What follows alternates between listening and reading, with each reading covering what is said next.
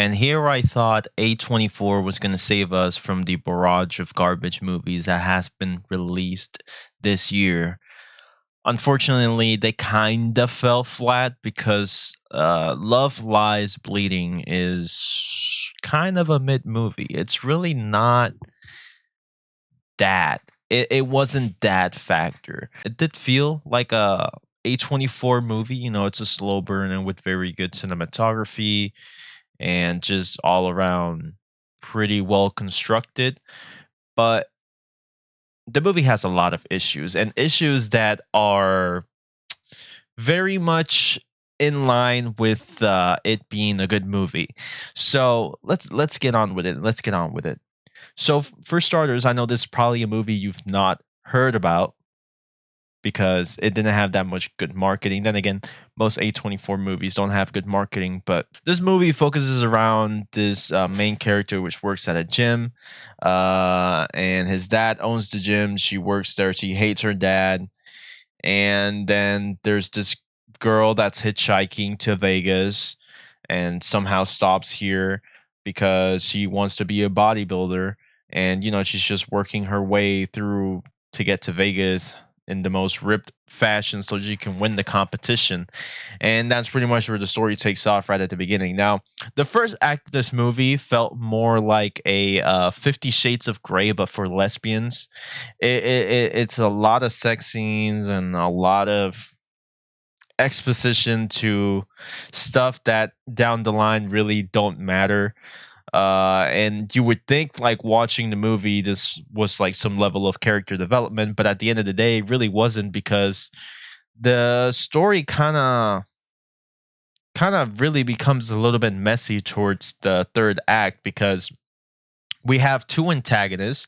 One is introduced at the very beginning, and then the other is introduced right after. Now, one something that happens with the first antagonist is the setup for the second antagonist to actually come into play on a full scale. We get to see them both throughout the whole first act and honestly half of the second act, and then they switch after that. But the thing is, my issue with having two antagonists is like, yes, they did it very well to make them, kind of like blend with each other. Like, why would this guy do this, and then after this guy doing this guy comes into play, and we see how the story progresses after that, and we actually get some depth into why the other guy was an antagonist. But that is the point of information that was not exactly presented at all throughout the movie. The second antagonist, which is the main character's father, we really have no idea who this person is at no point in the movie. We know that he killed people, and he's just like, when he's on scene, there's tension, right? You can feel it based on the performance and honestly how this motherfucker looks, is he just looks kind of creepy. And we know that that person just seems like a threat, like a menace. But at the same time, we don't know why.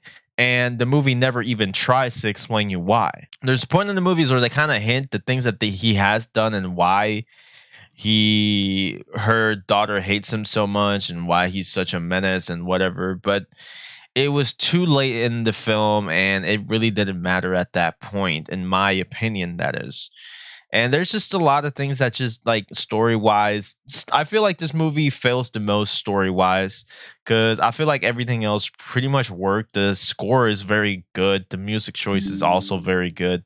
Like overall, it's a very, very well constructed film, but the story kind of falls flat and kind of makes everything very shitty. Also, there's a thing where the main character, obviously she's a bodybuilder, so steroids are in play. So the effects steroids have on that character are so weird. It's like she's turning into the Hulk. I did not understand that. And there's a scene right at the end of the movie, which is how basically it ends, which made no sense and made me think like it's that kind of scene. Y'all remember that garbage movie A24 did back in 2022 called Men? It felt like that last scene, but obviously less disgusting. It was just weird. It was completely out of place, and really, it was just like, I guess, surprise factor for the sake of being surprising, or just random, or just having shock, or whatever. It was a weird, weird, weird scene, and I was just like, I kind of cringed. I'm not gonna lie. Like it was very bad. I don't understand that director's choice to doing that, but in my opinion, that shit was really bad. Also, talking about something that's also bad in the film, Kristen Stewart. Yeah, performance wise, that wasn't it. Like it was all right, like I guess serviceable, but at times she was like supposed to show emotions, and it was just like kind of felt flat. She couldn't like portray the emotions that were needed for that scene very well. And maybe it has to do a little bit with her character per se, but it still kind of felt out of place. It felt like I'm pretty sure we could have had more emotion expressed by fucking Moist Critical than what we did get from Kristen Stewart. Like it was weird, and you can kind of feel her overacting because she can't really like get it off naturally or smoothly or something. I don't know. There's a couple scenes where it felt that way.